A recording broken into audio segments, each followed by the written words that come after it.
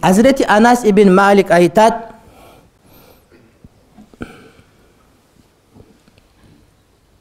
Peygamberimiz sallallahu aleyhi ve sellem aytdı deydi.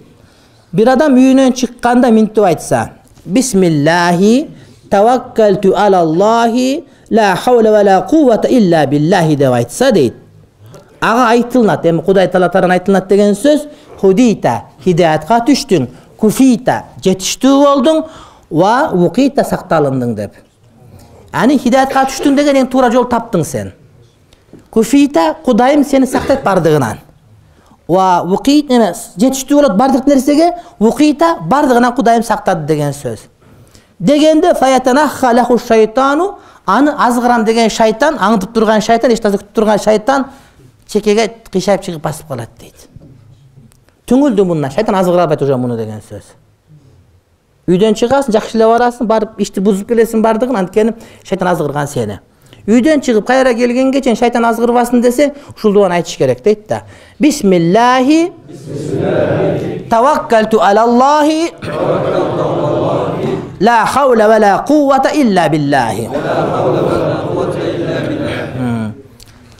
Ва якулу шайтан ахар. Башка бир шайтан айтат дейт. Кайфа лака би раджулин кад худия ва куфия ва вуқия. Sen qanty azgırasın? Hakikatte hidayet tapkan, jetiştүү bolgon, jana saqtalıngan adamdan. Aylaң jok seniki dep, eko аңдып тур та бир эки адамды. Анан бул иш банкрот болуп калса, кантип буну азгыраттың? Ишиң бүттү seniki. Бүгүн сага отдух деп, ошентип сүйлөйт дейт. Отдух деген бир жерде жок албетте, кээде ошентип, ошо сөз дем ошого барып такалат, отдух деген барып такалат. Булчу. Шайтан азгыра албайт бүгүн, мунун иши жок бүгүн. Өткөндө бирөө айтат, adam ayta berет экен. Аббакыр мешітте сүйлөп атып, бейиште ким бар десе, анча-мынча бирөөлөр бар да.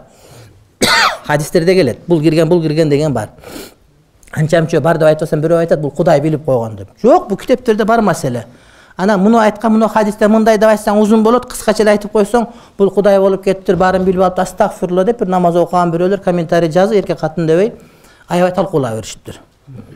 Ана ушинтип айтсаң да анан кийин антип айткан жок, отдук деген жок деп дагы айтышат. Бирок мааниси ошол эле, отдук ошо.